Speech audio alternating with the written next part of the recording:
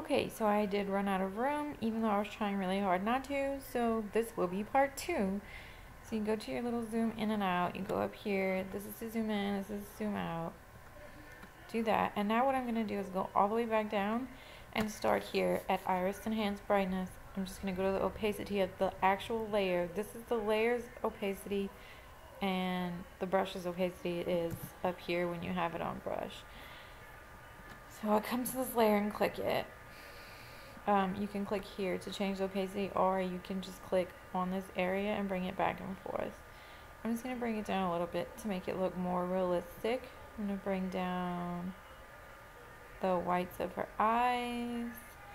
I'll bring down the sharpness of her eyes a tiny bit, just because you don't want any of these things to look fake. Skin smoother I usually bring down to about 50-ish %, because you do want to keep the detail in her skin. The rest of this I'm going to leave. Now we're going to go into the Innocence workflow. What I didn't understand for a long time when I started is that these workflow color bases are where you start. When you add these onto your edit, it gives you a starting ground. Solid, it adds depth and highlights and just so many things. My favorite is emotional color base, so we're going to play that. These take a while to load up because they are just so much edit in one. So you let that load.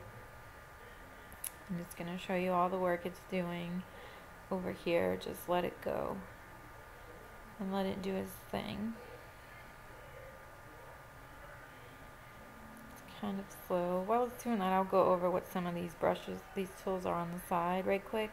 This is your move tool. This is your selection. You can select and transform things. Okay, well now this is done. Let's open it up. You can see, let's just zoom out a tiny bit so I can show you what this did for our photo already.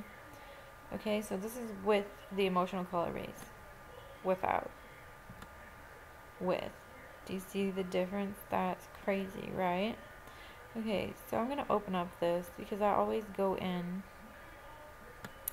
and I like to click on the spotlight because a lot of times I like to do off-centered things, and my spotlight isn't always where I need it to be because the emotional color base always puts it in the middle. So what I do is I click the layer, not the masks. These are the masks. These are the layers. I click the layer, go to the move tool, and then you're just going to click drag, click drag, click drag, click drag, click drag, just to bring that spotlight up into her face rather than on her dress. Now also what I'm going to do, this is a vignette layer.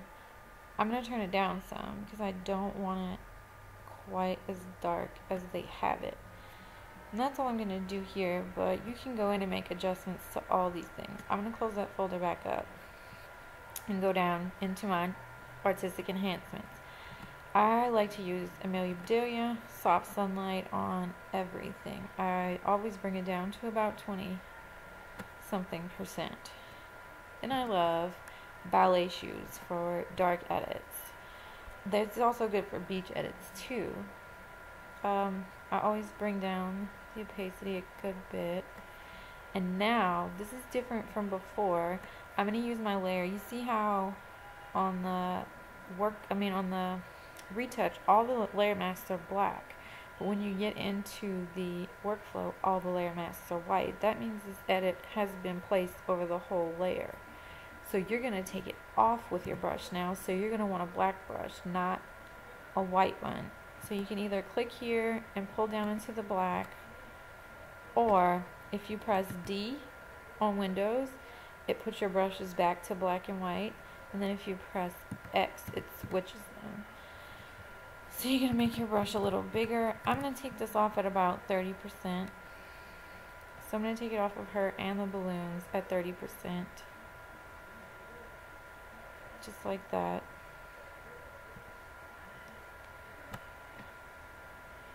And this will show you, this right here will show you where you've taken it off. Okay, the next thing I like to do is Hecate Pig, whatever it's called. For my dark edits, it's kind of a purple matte look.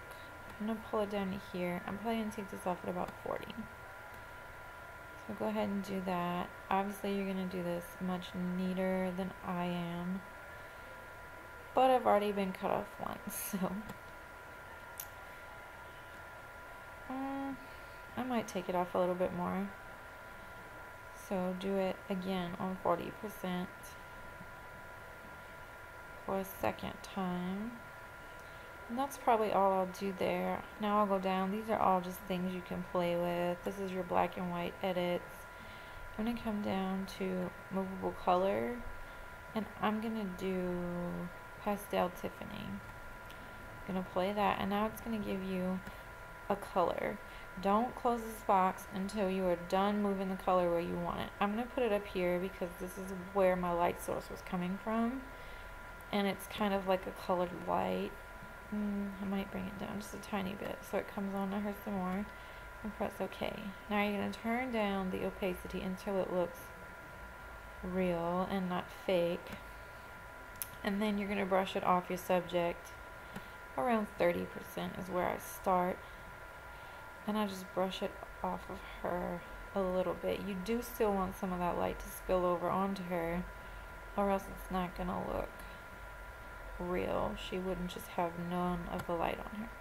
Okay, I'm going to turn it down some though, I think. Still. So maybe about there. And I'm almost done with this edit. Next I'm just going to come in and do contrast. I think I'll do rich. And that's just really going to give it some depth. I'm going to bring it down to about 15%. And I'm going to call that good enough. So the way that you save these now, if you're going to print them, Greater Than Gatsby puts these resizers and sharpeners right in there for you. So if you want to sharpen for print with a subtle sharpen, you go ahead and play that. It's going to flatten it. That means it's going to close all of this up, and you're just going to have one layer, and you're going to save that. And that's what you will send off to print when you want to get your images printed. So it's doing that now, and hopefully I'm not running out of time. That's the other video. Hurry, hurry! Okay. Usually it doesn't take this long, but I just have so many things running on my computer right now. Okay, so now you have sharpen for print. Now you're just going to go in, File, Save As, and go to your folder and save it. Don't save it as this, save it as a JPEG, or you won't be able to print it.